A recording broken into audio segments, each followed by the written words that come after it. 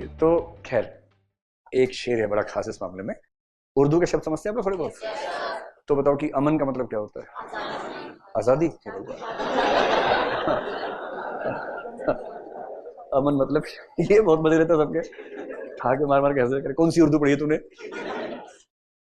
अच्छा, तुमने सही पढ़ी हुई है ना। तो जमहूरियत क्या होती है? अच्छा, जमहूरियत मतलब लोकतंत्र, डेमोक्रेसी।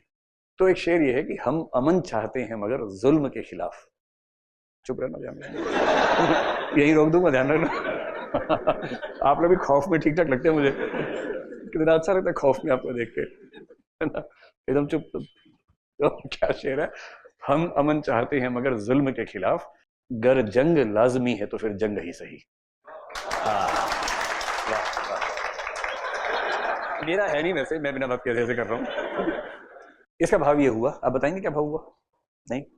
अच्छा, सिर्फ इनको बताएंगे गुस्से में कि तुझे ये भी नहीं आता, तुझे वो भी नहीं आता। मैं हम अमन चाहते हैं, हम शांति चाहते हैं, वी वांट पीस, मगर जुल्म के खिलाफ। But if there is some discrimination और एक्सप्लॉइटेशन अगेंस्ट अस, गर जंग लाजमी है, if the war is necessary तो फिर जंग ही सही, then let the war happen.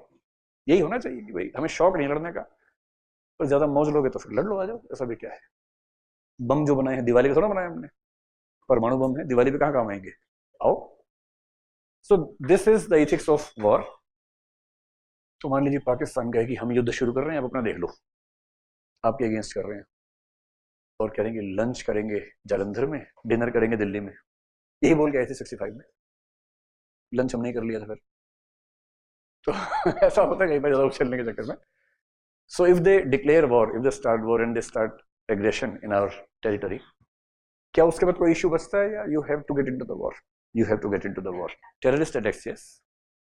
अगर ये साबित हो जाता है कि कोई टेरर अटैक आपके ऊपर हुआ है, then maybe you have the only way left is going for the war, although we are not a direct party of the war. ये चार पांच बातें। Now, if the war has begun, how can you make it ethical? Russia Ukraine पे question आ सकता है आराम से, इस पर आया भी है शायद, फिर आ सकता है। यस, वॉर की पहली पहचान क्या है कि वॉर डिक्लेयर होता है, दिस इज ए वॉर। तो डिक्लेयर होने से पहले उसको police action, army action, military action बोलते हैं, वॉर नहीं बोलते हैं। पुलिस एक्शन से बड़ा होता है मिलिट्री एक्शन, उससे बड़ा होता है, वो क्या किया था मोदी जी ने पाकिस्तान के अंदर? Surgical strike. उससे बड़ा होता है war. Even the surgical strike is not named as war. तख्ता पलट तो छोटी मोटी बात है, गए, निपटाया, आगे वापस। चलिए, how to make a war ethical, अगर आपके सामने युद्ध हो ही जाए। देखो, सबसे अच्छे लोग हैं, युद्ध भी करते हैं तो बड़े मोहब्बत से करते हैं।